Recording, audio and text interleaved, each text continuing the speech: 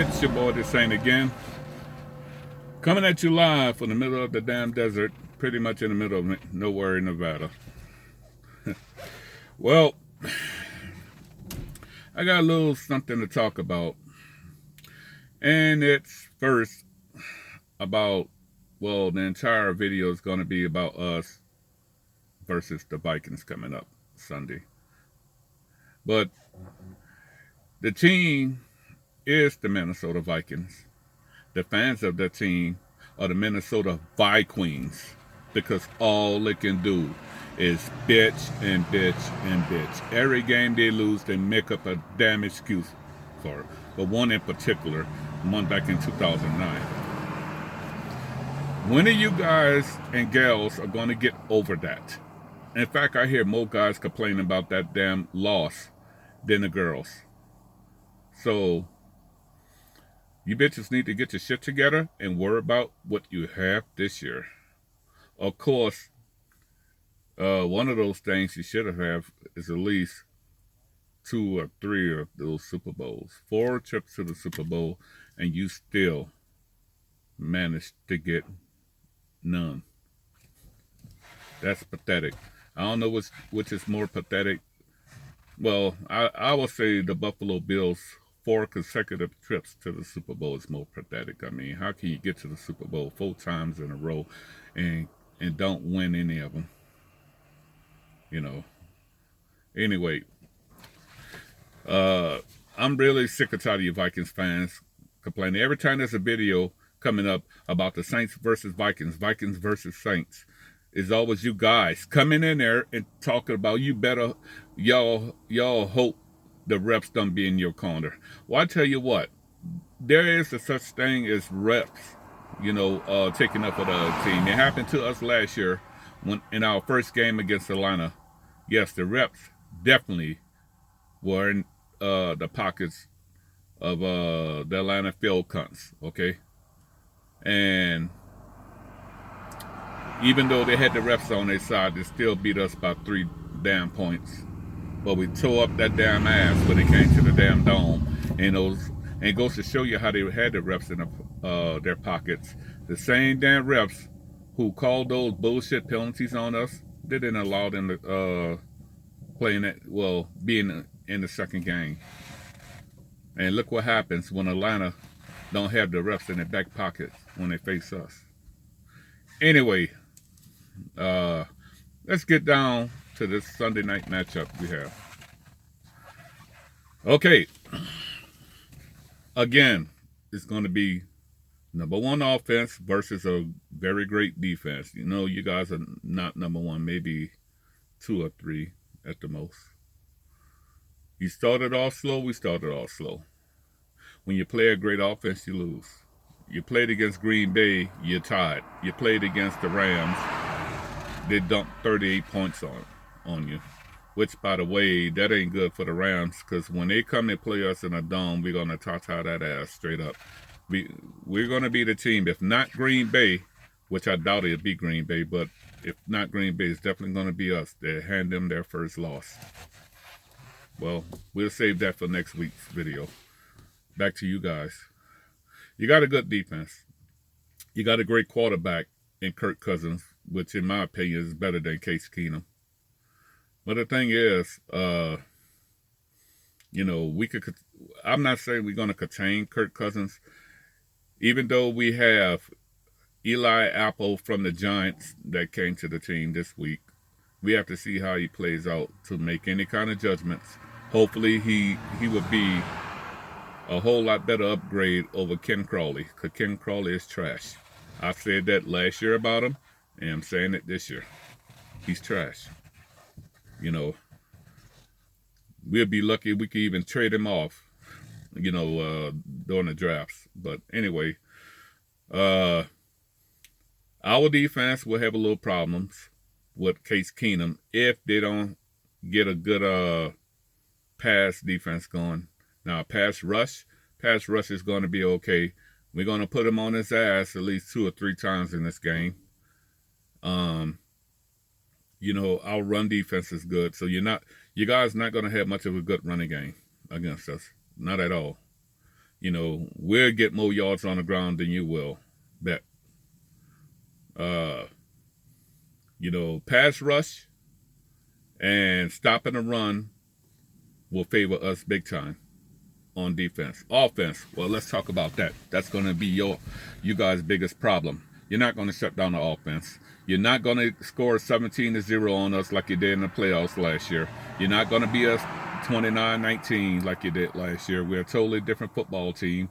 Even though our defense is slowly progressing, you know, because they played well against Baltimore, but still in all, Flacco was still able to, throw the ball and make some big plays that kept the game close. Only if we had that damn pass defense going, we would have beat the shit out of the Ravens.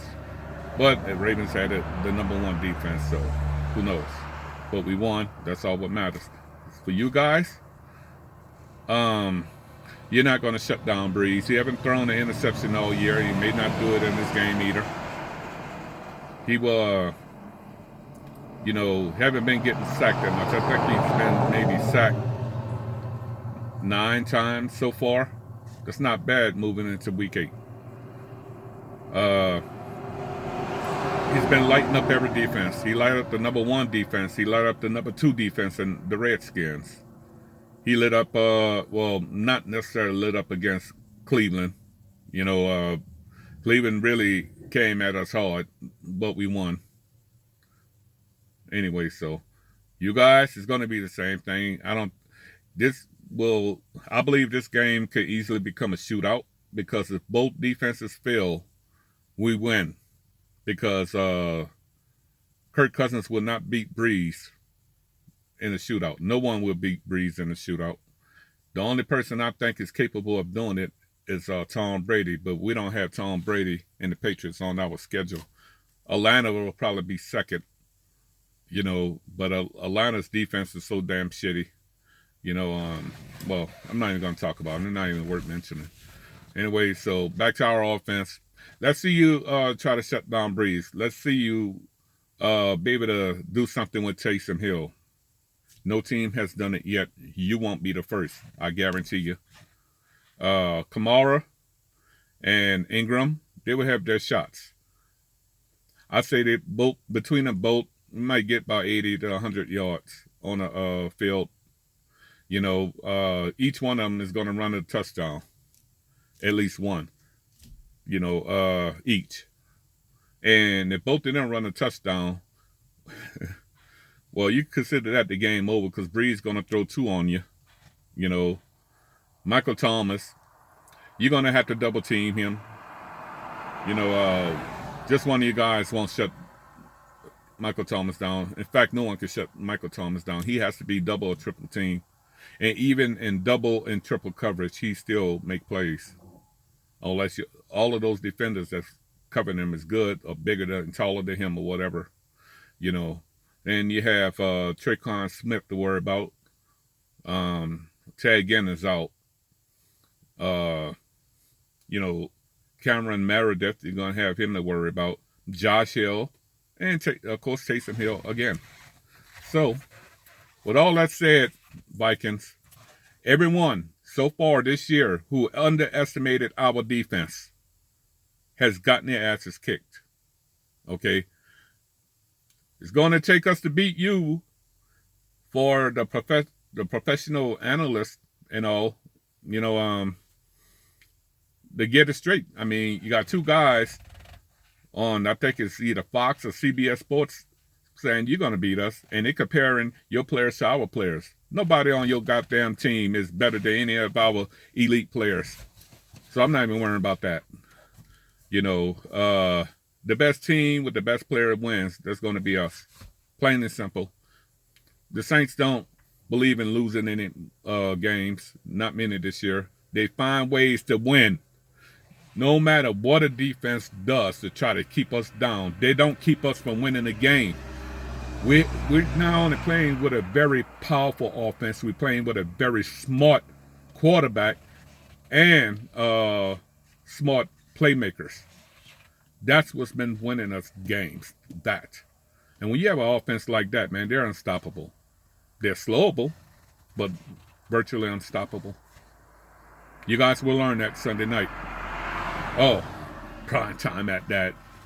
Saints get revenge on the Vikings. Of course, for most of the team, the whole team, it's not about revenge. It's just about going up there and win and keep the streak going.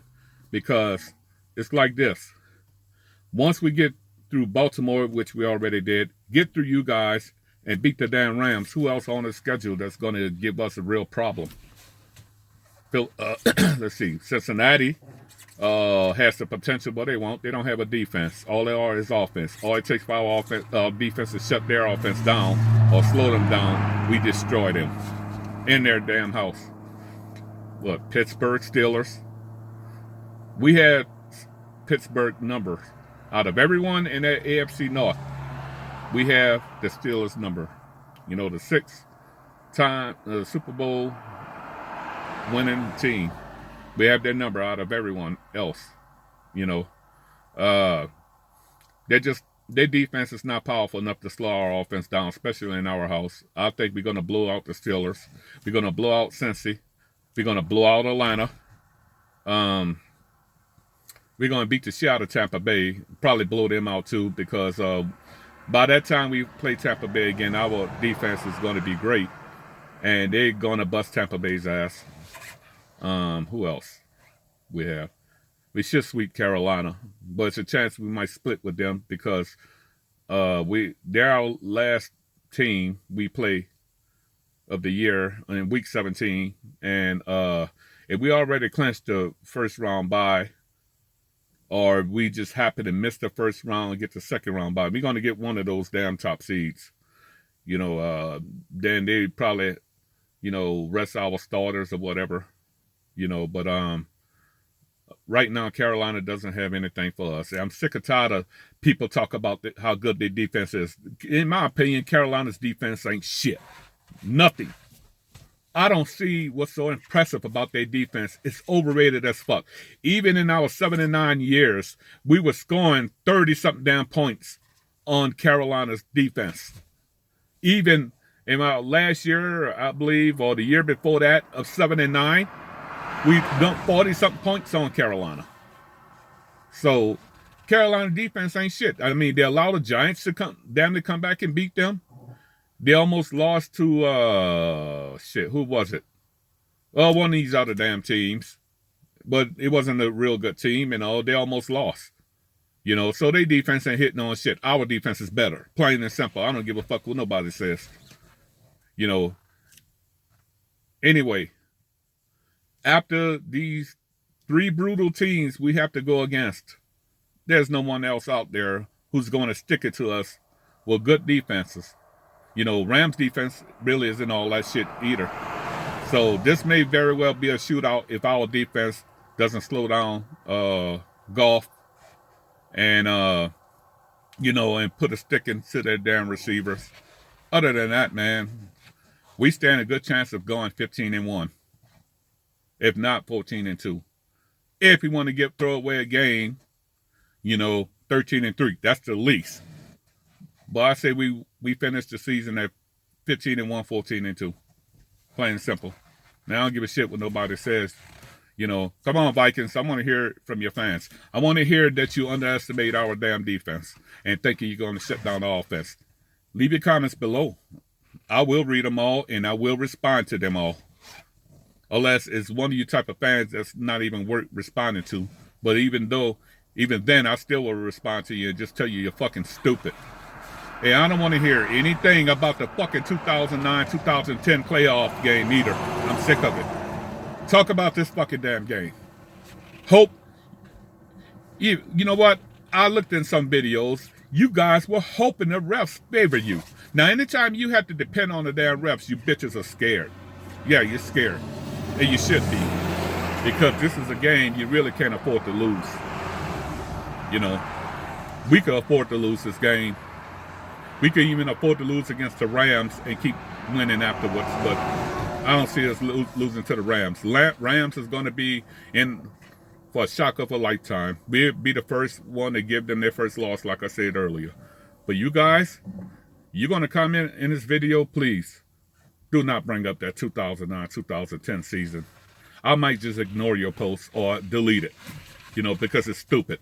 Something that happened 9 years ago. You should have got over that already and look forward to the future. You got a great team right now. You got a good offense, a good quarterback, and a strong-ass damn defense, which is a force to be reckoned with. Just that our offense will be the first one to dominate your defense. So, well, actually, no. Rams did it already. But we're going to be the hardest team yet, even harder than the Rams, because Rams had home field advantage. I believe you guys probably would have beat the Rams, at home, but we're going to come up there, and we're going to be the first team to beat your asses at home. No, I can't say that either. Buffalo already did it. Out of all people, Buffalo came there and just destroyed you, made you their bitches that week. Anyway, I'm going to close this video out. Shout out to JP, Jamal Seaton. Shout out to Black and Gold. Shout out to my boy, David Emilio, a Broncos fan. Shout out to every part of the Who Dat Nation out there. Shout out to you guys. Let's go and get this goddamn win. Let's move to 6-1. Let's prove all of the critics wrong about us. Let's shut up all of the critics about our defense being kind of weak. We're a little bit more than a rush defense. We also have a very good pass rush. And soon, our secondary will be a whole lot better. You'll see as the season goes on. Meanwhile, just continue on betting against us while we keep winning. That's all I have to say. Who that?